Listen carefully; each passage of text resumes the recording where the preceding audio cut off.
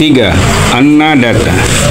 Ibu yang menyediakan benih untuk roh berbadan stula dalam kandungannya ketika ia mengetahui kehamilannya melalui pembuahan sperma dengan ovum. Ini artinya roh telah berbadan stula. Roh yang telah berbadan stula ini ketika ada dalam kandungan disebut janin. Janin semasa hidupnya dalam kandungan ibu tumbuh berkembang menuju ke bayi, dipelihara dengan mendapatkan asupan makanan yang diproduksi dari dalam tubuh ibunya sendiri, beserta perawatan kesehatannya. Setelah cukup umur, sang bayi pun dilahirkan oleh ibu dari kandungannya. Sang ibu berjuang dari penderitaan, menahan rasa sakit antara hidup dan mati. Kelahiran sang bayi kecil disambut dengan rasa haru, belayan kasih sayang, dirawat dengan memberi makan makanan susu yang diproduksi dari tubuh ibunya sendiri.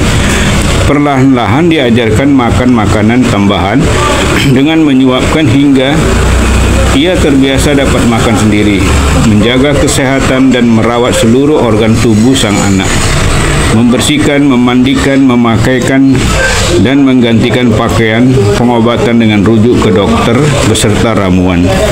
Juga menuntun pada saat anak mulai belajar menggunakan badannya, bergerak, telentang, tengkurap, merangkak, berdiri, berjalan, berlari setiap saat dengan siaga hingga anak pandai menggunakan organ tubuhnya sendiri untuk menikmati hidup kelak sesuai dengan karma wasananya atau keinginan jiwanya sendiri.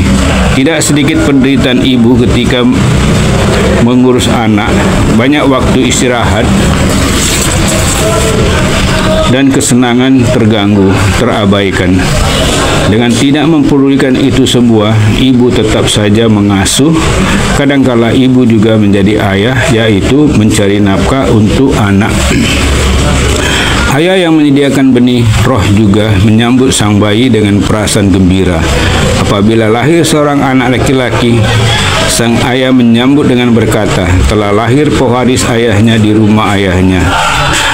Apabila seorang anak wanita yang lahir, maka sang ayah menyambut dengan berkata, telah datang titipan Tuhan di rumah ayahnya. Ayah yang berperan mencari nafkah keluarga untuk kebutuhan hidup, yaitu pangan, sandang, perumahan, dan memberikan hiburan, perlindungan, tetap saja merawat anak-anaknya, menjaga kesehatannya, menuntun anak-anaknya ke jalan yang baik dan benar, mencerdaskan pikirannya dengan bimbingan pendidikan. Dua orang tua juga melaksanakan upacara, yaitu upacara semasa anak berada dalam kandungan ibu, upacara setelah kelahiran anak, hingga upacara perkawinan anak dengan mempersiapkan bahan-bahan untuk upacara. Orang tua mengundang tetangga, sanak saudara, kerabat, petua-petua masyarakat, dan kenal-kenal orang tua dengan dituntun oleh Brahmana. Orang tua melaksanakan upacara dengan tujuan agar anak mendapatkan restu dari mereka untuk hidup berstatus di masyarakat. Karena para tamu telah memberi restu kepada anaknya, maka para tamu pun dengan sendirinya menjadi saksi melihat dan saksi mendengar.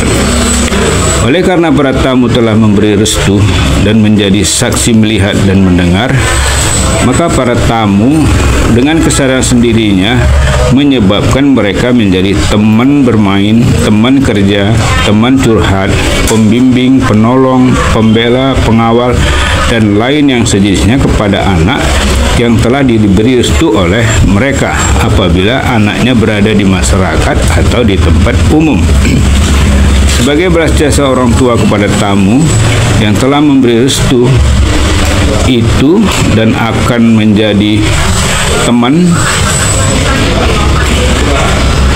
pengawal, pembela, pembimbing, dan lain yang sejenisnya ketika ketemu anaknya di masyarakat atau di tempat umum, maka orang tua anak menyuguhkan hidangan, hiburan, dan lain yang sebagainya kepada tamu, kepada Brahmana, karena Brahmana telah membuatkan syarat status kemasyarakatan anaknya, maka orang tua anak memberikan imbalan sukarela yang pantas untuk jasa kerjanya.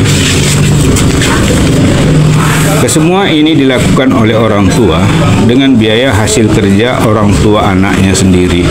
Dua orang tua anak berpengharapan atau bercita-cita kelak di masa depannya anak dapat hidup bermoral, mandiri, dan tahu balas jasa kepada keluarga, bangsa, dan negara. Oleh karena orang tua, yaitu sang ayah dan sang ibu, memberi jasa pemeliharaan, maka dengan sendirinya menyebabkan anak berhutang jasa pemeliharaan. Hutang jasa pemeliharaan disebut annadatta.